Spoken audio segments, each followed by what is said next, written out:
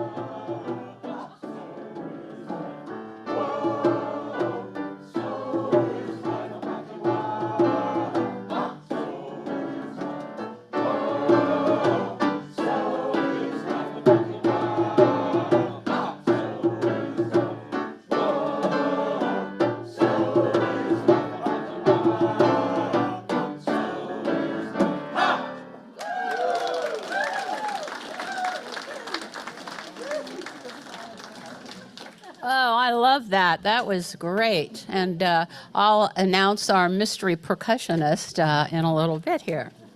Well, good morning to everyone who is here in person and Zoom. Hi, Patrick. Our sweet Patrick Grady is home recuperating from hernia surgery, but he's doing really well. I'm Leslie Grady, your worship associate today. We extend a warm welcome to all of you, and we're glad you can join us. Our ministry here at Granite Peak is guided by our mission statement, which is as follows. We are a compassionate, spiritual community that celebrates diversity, nurtures the personal and spiritual growth of all ages, shares our gifts, promotes justice for all, and serves the world in which we live. Thank you for all the people who make this and every Sunday morning possible. Lena Huben, our pianist, Karen Denny, our choir director, Jake Peterman, our percussionist. Yay! That was outstanding. I really love that. Martin Bremmel on AV, Brian, our building manager. Woo! Oh, there he is. Oh, is he a skunk today? I don't. And the other volunteers who help make things run smoothly. If you're new or visiting with us today, I'd like to extend a special invitation to our social hour, which takes place right here in Davis Hall after the service. There are many ways to learn about the activities and events on our congregation. Information is available on our website, prescottuu.org, and in the weekly Peak e-news, as well as our monthly newsletter, The View. Well, we have a slew of announcements today, so let's start off with Kelsey, and she'd like to share a few words. I want to invite you all to participate in the Bohemian Fest, thus my lovely outfit today. And some of you, pardon? You want? Yelling. I don't know if this is working, but on Zoom though. okay. That's okay, I'll come up Yeah. here. Okay. See Come on my up. outfit. Yeah. Well, it looks gorgeous. So we are having a Bohemian Fest the end of October, but involved in that is always an auction. And I know we have lots of new members and visitors who may have never participated in that before. So please talk to any of folks who, there are a few people around who have papers. You can see us and Diane about what you might donate for the auction. There's also last year's booklet, which will be back where the children's art is, so you can look for ideas. There are things this year like a trip to the Northern Arizona Museum with a very fancy lunch. You can learn how to load your dishwasher. You can get cookies delivered to you, meals. If you have a particular talent, we would love you to donate your talent and whatever service you think is appropriate. We also have lots of artwork, lots of jewelry. Thank you, Rowena. So we want to invite more people to participate and see us afterwards. Thank you. Hey, thank you. Nice job. Nice job. All right. The next announcement from Suki is that there won't be any Prescott Bucket List Band practice today. You can see her, but I'm going to tell you that they are kicking off our peace concert on the 21st at the International Day of Peace program. So you will really want to hear Suki, among others, banging those buckets. Okay, now next up is Rick to talk about the sanctuary. Well, we've all been asking, when can we get into the sanctuary? I'm here to tell you that we still don't know.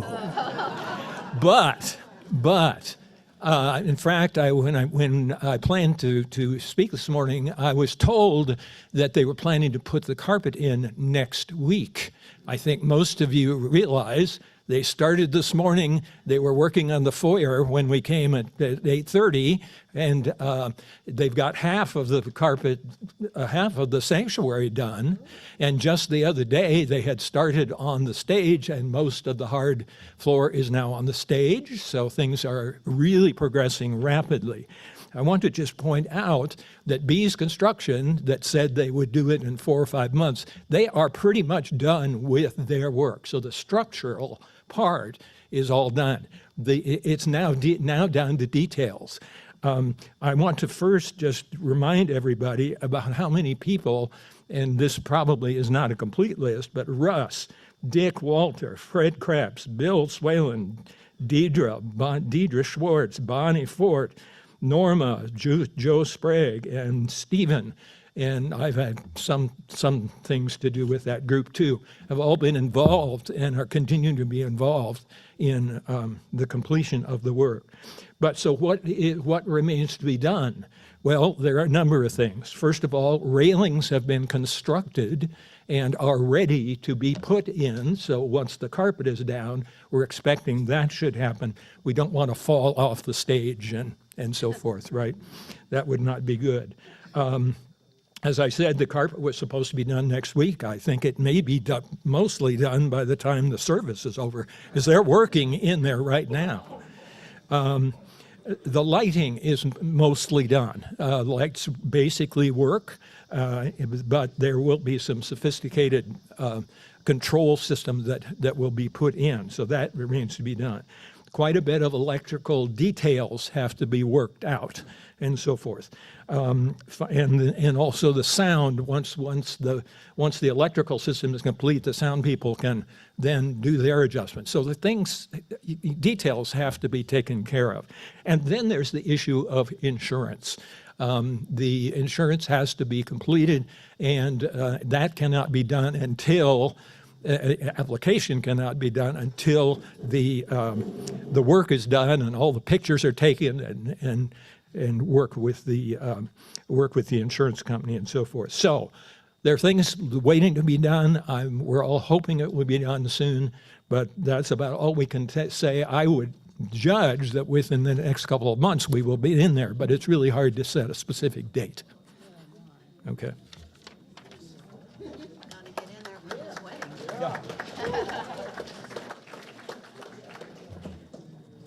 Okay. All right, and finally, we have an empty bowls announcement. If you are one of the 83 volunteers who are helping at Empty Bowls next Sunday, let's see who you are. All right, great job.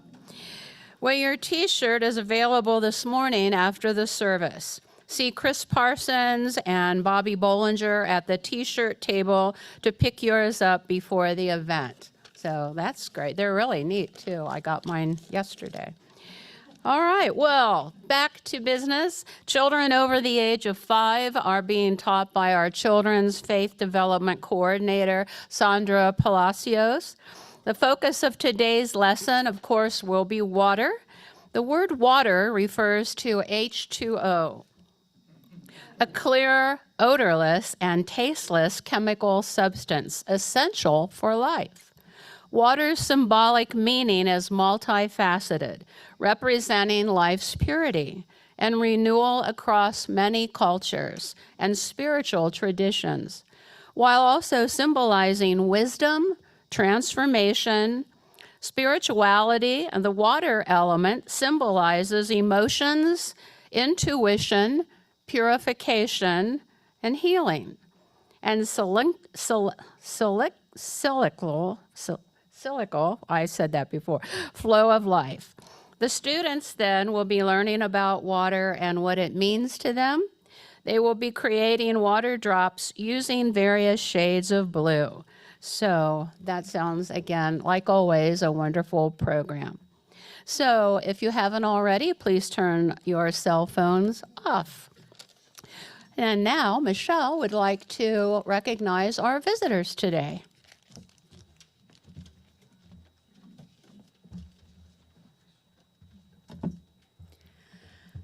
Good morning. I'm the Reverend Michelle LaGrave, she, her, and I am the minister of this congregation. Whoever you are, wherever you come from, wherever you find yourself on your life's journey, whether you've walked in or rolled in or zoomed in, whichever your pronouns, whomever you love, you are welcome here. You belong here. If you are here for the first time today, we'd like to extend a special welcome to you if you are willing to participate. Would any of our visitors be interested in or willing to introduce yourselves and maybe let us know where you are, what brought you here today? And we have prizes.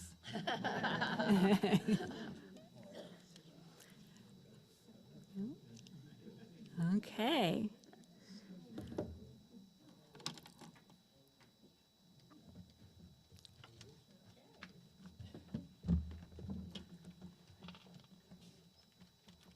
All right.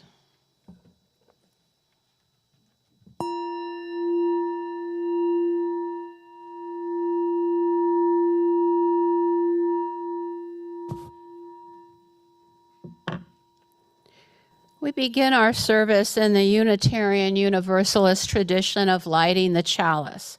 Our chalice lighter this morning is Peace Builder Joe Sprague. Today we light the chalice with these words by Katie Gelfand. We light this chalice as a symbol of reunion. We reunite to share the flow of our hearts with one another. We gather together to celebrate our fountains of joy, to hold each other through storms of grief, to guide one another through rapids of transformation, to rest together on ponds of stillness. Together we honor the spirit of water, its many forms, and its life-giving essence.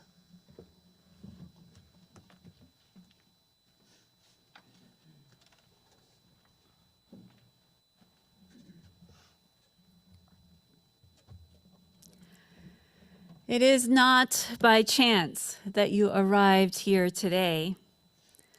You have been looking for something larger than yourself. Inside of you, there is a yearning, a calling, a hope for more, a desire for a place of belonging and caring. Through your struggles, someone nurtured you into being, instilling a belief in a shared purpose, a common yet precious resource that belongs to all of us when we share.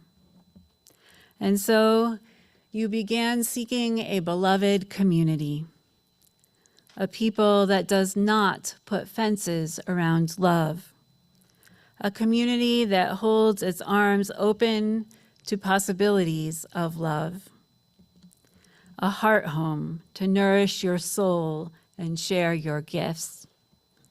Welcome home. Welcome to worship. Let us rise together either in body or spirit and join in singing number 209, O Come You Longing Thirsty Souls. Verses 1 and 2 only.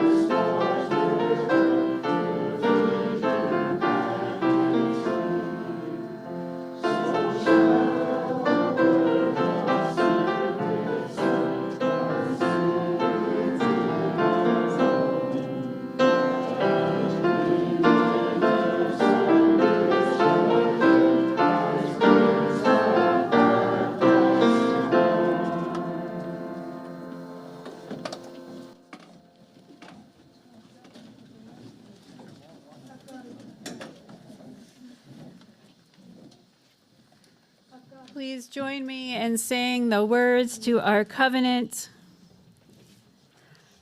Love is the doctrine of this congregation, the quest of truth its sacrament, and service its prayer. To dwell together in peace, to seek knowledge in freedom, to serve others in community. Thus do we covenant together.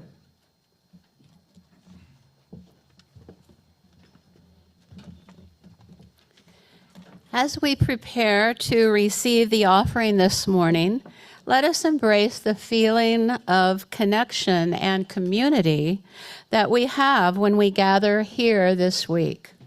Let us remember that this congregation and its programs are supported by your generosity. We also give back to the greater community through our Seeds of Support program. I'm going to cry. This month's recipients is Prescott Peace Builders. It's the first time we've been selected for that. As a member of the steering committee, we are very, very honored to have been selected for this special honor. Prescott Peace Builders, celebrating our 10th anniversary this year, was founded in 2015 by Mary Steenhoek, Joe Sprague, Marion Pack, and Laurel Freeman. Our mission is to inspire our community to believe in and work toward a more peaceful, sustainable world. Prescott Peace Builders is inclusive and committed to building an identity of peace, justice, and mutual respect. Throughout the year, we present various events in Prescott, such as speaker forums, peace vigils, storytelling programs, visiting La Tierra School and teaching children about peace. I was just there last week with 3rd, 4th, and 5th graders, and they're going to be writing poems to share at the International Day of Peace. Movies with meaning, Hiroshima Nagasaki Remembrance, the United Nations International Day of Peace, Peace Concert, immigration program, and others to carry out our mission. We also partner with other Prescott organizations, such as the Launchpad, the MLK Peace and Justice Committee, and Indivisibles to promote community building and peace. If you'd like to contribute online, please visit our website at prescottuu.org. The ushers will now collect the offering.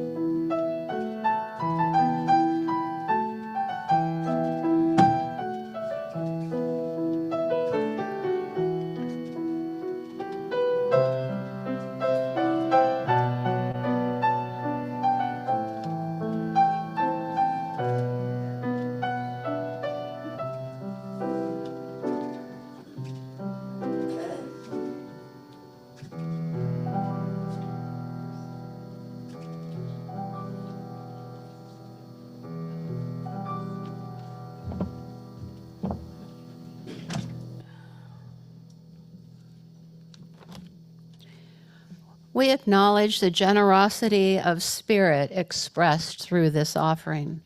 What is given in love is received in gratitude. May it be so. Well, our beloved community is at the heart of Granite Peak UU's congregation. As we experience this time of meditation and music, we take a few moments to silently acknowledge the joys and concerns on our hearts and minds. If there's an event that moves you to joy or concern, hope or gratitude, grief or remembrance, you are invited to come forward and drop a pebble in the dish in our communal water as an affirmation of our connection to one another. May our joys and concerns surrounded by the healing communal water of our beloved community be acknowledged here today. So may it be.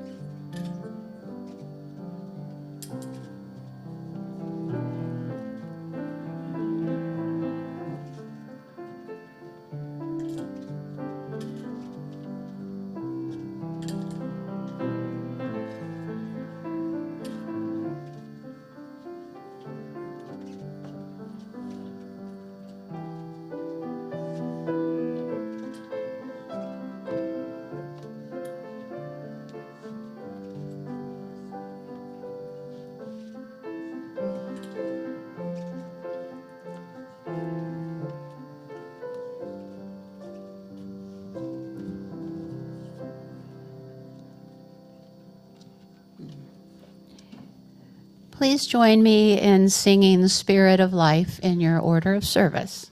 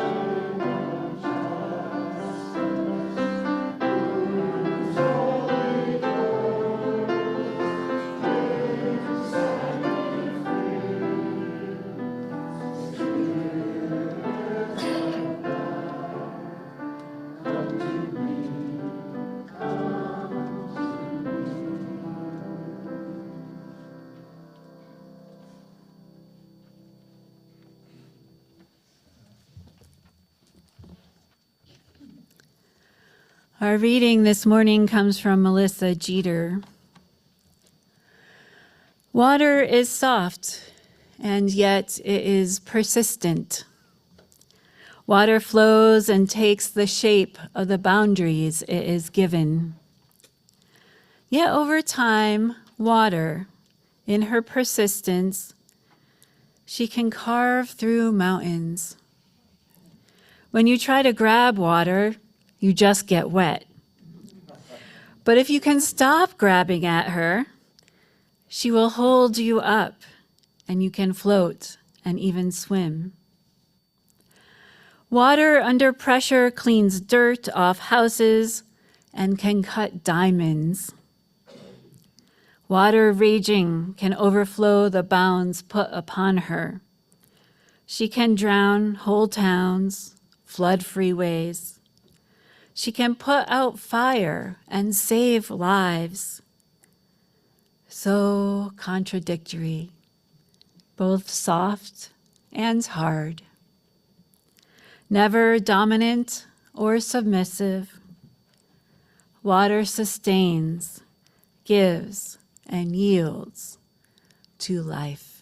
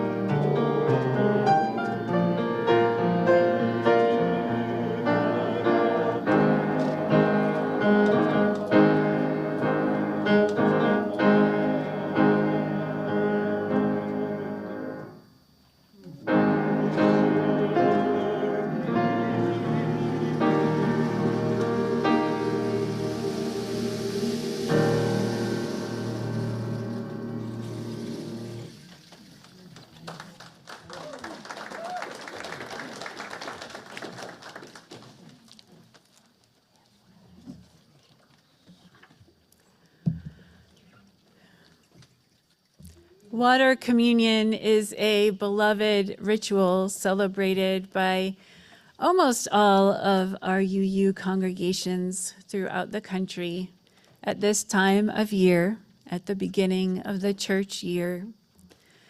It celebrates our coming back together again after we have often been separated over the summer.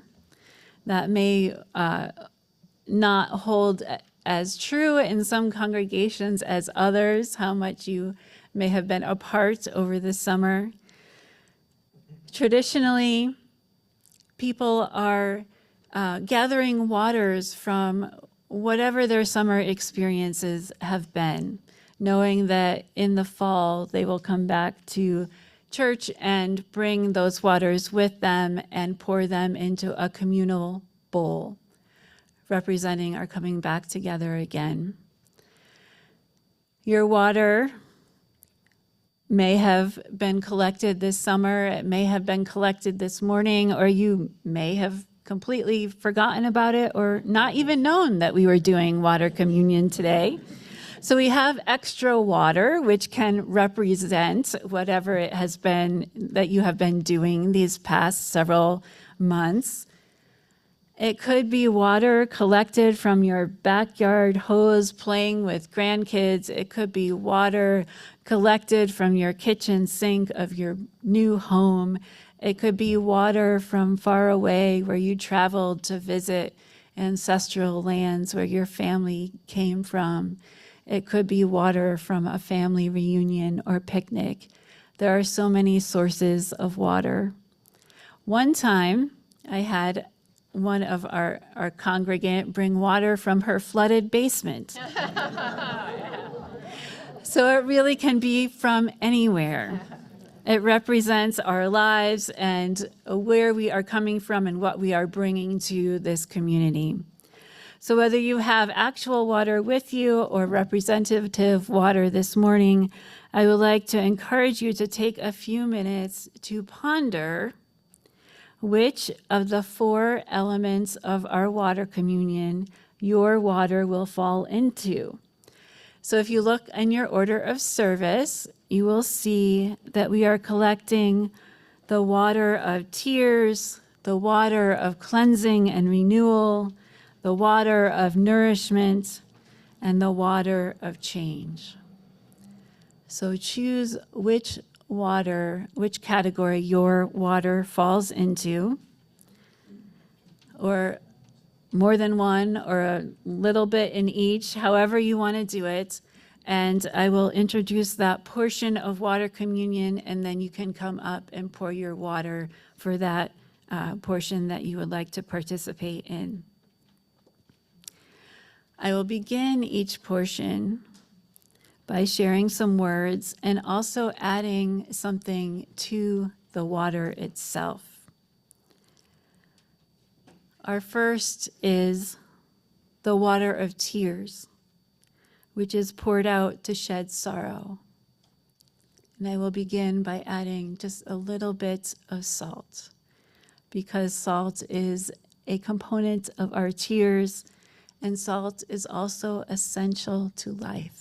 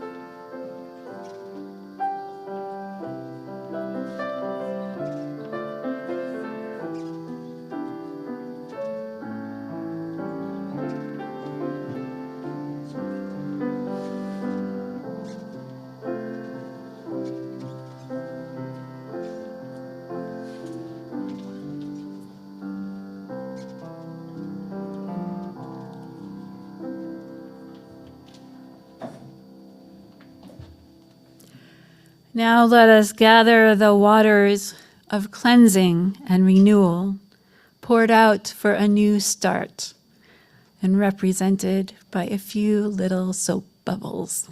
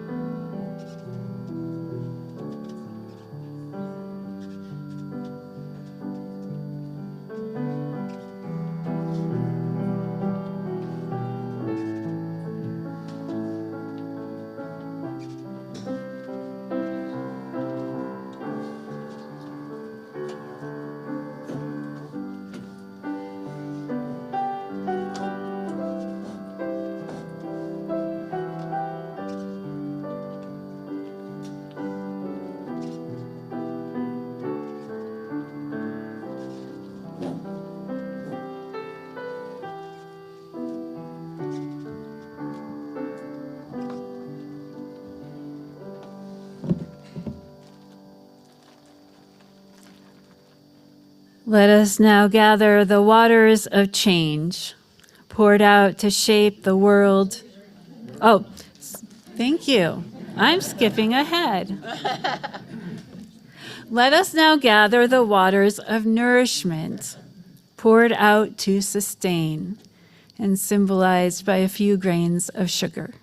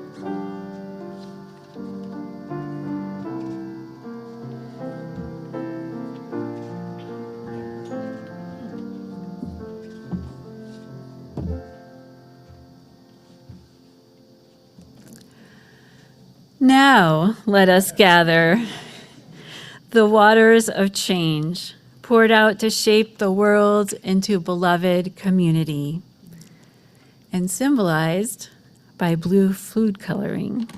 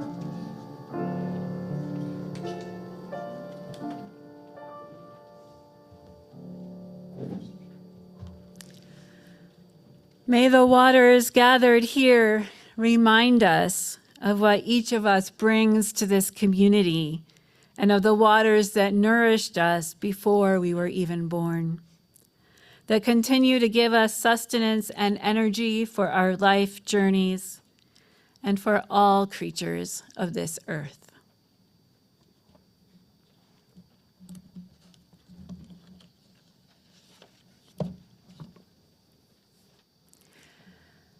I am new to this land and its waters, this desert land, high desert, this land of monsoons and wildfire and flash flooding. I am learning how to live here, how to survive here, how to be here. The land that I came from, its indigenous meaning is something along the lines of the lone tree by the great fishing place in the land of the long tidal river. There's a lot of water there, especially compared to here. There was plenty of water, and I grew up in a land where my ancestors had lived for centuries. Not millennia, I'm not indigenous, but my ancestors had been there for centuries. I knew the stories of the land, I knew the land itself. I walked it thoroughly, knew it in my body. And I grew up on stories Like the story of the Great Flood, I think of it as the Great Flood. I don't know that that's its official title, of 1955, told by my mother. It came on my grandmother's birthday. So remember, I was a kid listening to these stories, so there were some important elements to me that might have had more of an impact than it would on adults, such as the fact that because of the flood, everybody forgot that it was Grandma's birthday, and she never got a birthday cake. The power was out for weeks. School started a couple weeks later. My mom's classroom was the morgue, so it wasn't usable as a classroom. I didn't hear that part until I was older. But I did hear about my grandfather going downtown and walking through the waters and trying to clean up the businesses that had been flooded, about the worry over disease, about the need for tetanus shots, and how they didn't have single-use needles back then, so they had to keep getting reused and more dull and more dull and more dull. And how my mom watched the buildings and the trains and the trucks flow over the bridges. The dam had broken from a result of too much water, 2 hurricanes back to back, Connie and Diane, and the dam couldn't hold all the rainwater. So I am new here, new to this, and even before I came to Arizona, I still lived in lands with plenty of water. I most recently came from Central Texas, which had some terrible flooding this past spring, and hundreds of people died and went missing, including quite a few children. So I know the power and danger of water. I also know the meaning of water in terms of the way it sustains and nourishes life. I'm a swimmer. I'm a water person. I've always loved the water. So slowly, very slowly, I am learning what it means to be here, to live in a dry land. I've been here a little over a month now, and I no longer feel like I'm turning into a lizard. I've learned the value of lotion and chapstick and all of the things. And hydrating, I drink almost only water. So I drink a lot of water. And then to come here and learn I had to drink even more water. So I am learning. And what I want to say about learning is that we are a community of learners, that the way we learn here is not a top-down style of learning. It's not the teachers teaching the students. It's not the minister teaching the congregation, although those things happen sometimes. It's all about us learning from each other, that I learn from you as much as you learn from me. So some of you might be kind of new to this land like I am, but most of you have been here a long time, and you have things to teach me about what it is to be here, to live here. You know, I think that we have a faith development coordinator. Every Sunday, the worship associate shares what is going on across the street with the children who are here, what kind of lessons they are learning, how they are experimenting and teaching each other. In Unitarian Universalism, the way that we learn together, we refer to as faith formation. These might strike you as odd or kind of funny words for congregations that, while they might have a few theists and pantheists and panentheists, are also largely filled with Buddhists and agnostics and atheists. So I want to say a little bit about the meaning of the word faith, which is really trust. So when we form our faith, we're learning how to trust. We're learning what is trustworthy. We're learning what to trust. What is eternal that is trustworthy? For some of us, the answer is, one of the answers is, there's not only one answer, is the principles of science. And interestingly, in terms of water, science has a lot to teach us. They have done studies about the effects of water shearing when water goes over waterfalls or creates waves and laps up on rocky shores, how the molecules become negatively ionized. I think that's the way I want to say it. And these negative ions have healing properties, especially when they are in great numbers near larger bodies of water. But they also happen in places like the shower, where the water is falling on you. And these healing properties, these healing waters, that was a reference to the anthem. Okay. These healing waters can help us reduce stress, reduce blood pressure, become calmer, have a more positive outlook, a happier outlook. There are even experiments going on with negative ion water therapy that can sometimes, under a doctor's care and supervision and all of that, alleviate the need for prescription antidepressants because they have such a positive boost on our mood, on our emotions. Water is an amazing and healing source of life for us.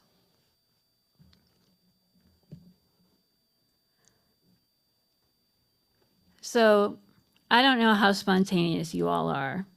I'm new here and learning who you are, and you're learning who I am. So anybody want to sing for a minute? Do you think we could sing for a minute?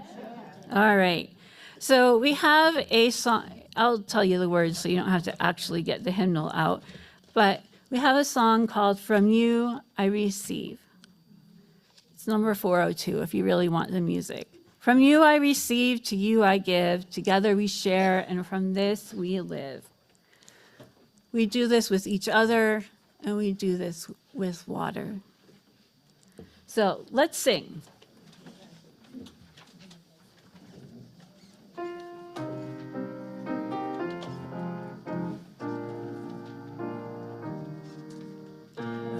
From you I receive, to you I give, together we share, and from this we live.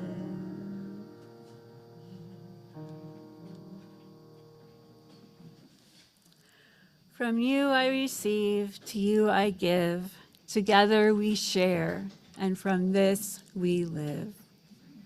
This is the meaning of faith formation, of learning together, of growing together, of growing our spirits together.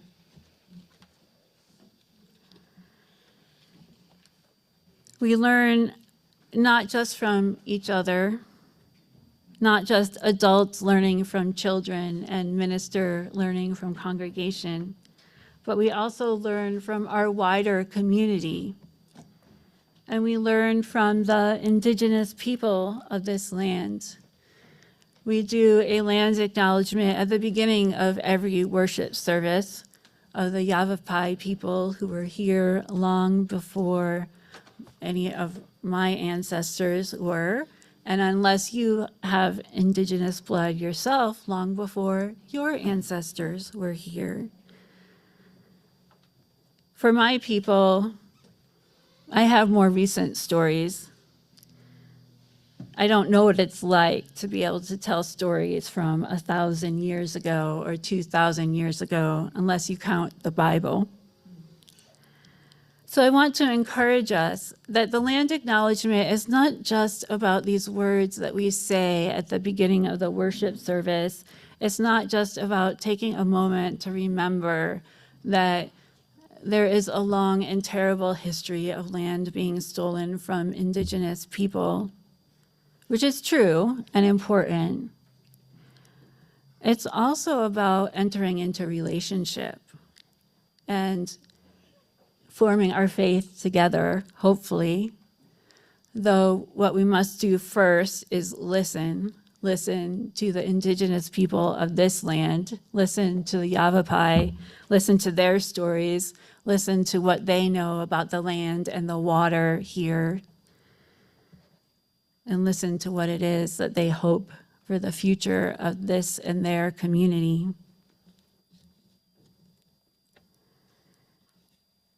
We must learn together, learn how precious this water is, learn how rare water can be, learn how we need to conserve it, especially on Sunday morning when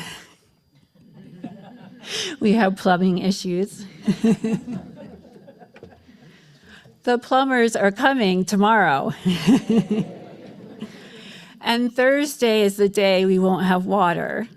So if you're here on Thursday, you have to go over the Faith Development Building if you want to use a restroom. So I'm being a little humorous in bringing up our plumbing issues. But I'm also serious. And so I want to share with you, you might wonder, or maybe you don't, I don't know, what will happen to this water after the worship service. What we will do is return these waters to the earth to nourish the plants of this land, of the building, the land where this building sits. We'll bring it outside after social hour and pour the waters out along the building to replenish, to nourish, to grow, to sustain, to conserve. May it be so. Amen, and blessed be.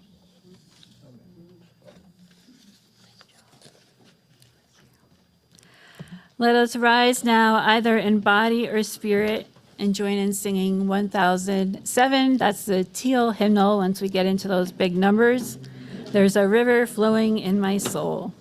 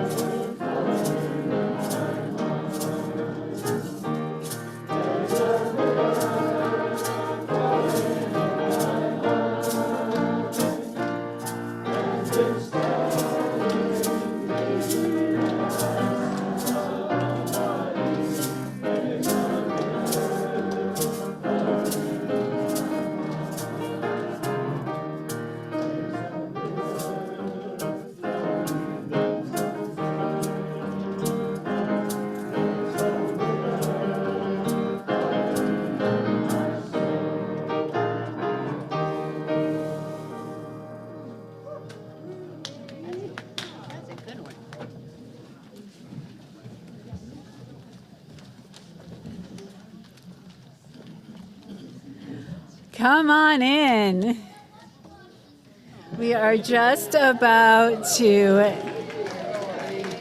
come on in. We're glad you're here and will be joining us for social hour. We're just about to extinguish our chalice.